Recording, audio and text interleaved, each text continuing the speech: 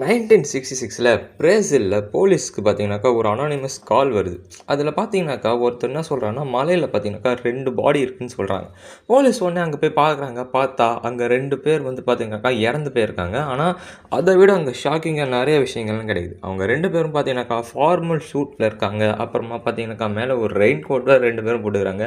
முக்கியமாக அவங்க மூஞ்சில் பார்த்தீங்கன்னாக்கா ஒரு லீடில் செஞ்ச ஒரு மாஸ்க் இருக்குது. அது பார்த்தீங்கன்னாக்கா லீடில் செஞ்ச மாஸ்க்னாக்கா பெருசாலாம் நினச்சிக்காதீங்க. சும்மா ஒரு மாஸ்க்னு அப்படி வச்சுக்கோங்களேன். அதுக்கப்புறமா பார்த்தீங்கன்னாக்கா பக்கத்தில் ஒரு நோட் இருக்குது. அந்த நோட்டில் பார்த்தீங்கன்னாக்கா 6:30க்கு பார்த்தீங்கன்னாக்கா ஸ்பெசிஃபைடாக ஒரு பிளேஸுக்கு வர சொல்கிறாங்க. அந்த பிளேஸில் பார்த்தீங்கன்னாக்கா ஒரு கேப்சூல் இருக்கும். அந்த கேப்சூலை எடுத்துக்கோ, எஃபெக்ட் உனக்கு வரும், சிக்னலுக்கு ரெடியாக இரு அப்படின்னு சொல்லி பார்த்தீங்கன்னாக்கா அந்த நோட்ஸில் இருக்குது. ஆனால் போலீஸுக்கு இருக்கிற சந்தேகம் என்னென்னா, எந்த கேப்சூல், என்ன சிக்னல், யார் அனுப்புனாங்க, எதுக்கு இந்த லெட் மாஸ்க் போட்டுக்கிறாங்கன்னு சொல்லிட்டு பார்த்தீங்கன்னாக்கா போலீஸ் எவ்வளோ இன்வெஸ்டிகேட் பண்ணுறாங்க. ஆனால் அவங்களோட டெத்துக்கான எக்ஸாக்ட் ரீசன் கண்டுபிடிக்கவே முடியல. இது பார்த்தீங்கன்னாக்கா இன்னும் ஒரு மிஸ்ட்ரி கேஸாகவே இருக்குது.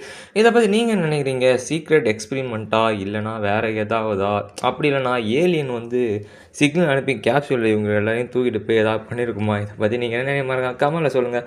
மறக்காமல் ஃபாலோ பண்ணிக்கோங்க. ஏன்னா நம்மக்கிட்ட 400 சப்ஸ்கிரைபர் வர இன்னும் ஒருத்தவ தான் தேவைப்படுது. அப்படியே 500 போயிட்டு அப்படியே போயிட்டே இருக்கலாம். நன்றி, பாய்.